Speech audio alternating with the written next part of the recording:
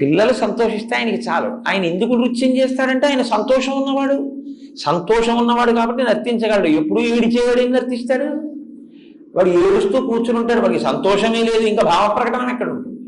కాబట్టి ఆయన సంతోషం ఉన్నవాడు, ఆయన ప్రేమ కలిగినటువంటి వాడు, ఆయన ప్రసన్నంగా ఉండేవాడు.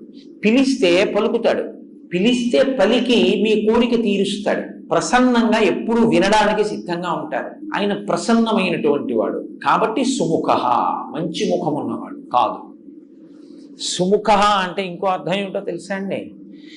ఏ ముఖాన్ని మీరు చూస్తే మీకు లక్ష్మీ కటాక్షం కలుగుతుందో ఆ ముఖం సుముఖం. లక్ష్మీ కటాక్షం అంటే ఏమిటి? సంకల్ప సిద్ధి.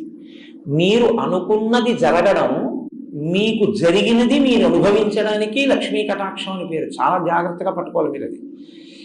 మీకు ఉండడం, మీరు అనుకున్నది జరగడం లక్ష్మీ కటాక్షం కాదు. మీరు అనుకున్నది జరిగి దాన్ని మీరు అనుభవించగలిగితేనే లక్ష్మీ కటాక్షం. అంటే ఉన్నదాన్ని అనుభవించగలగడం.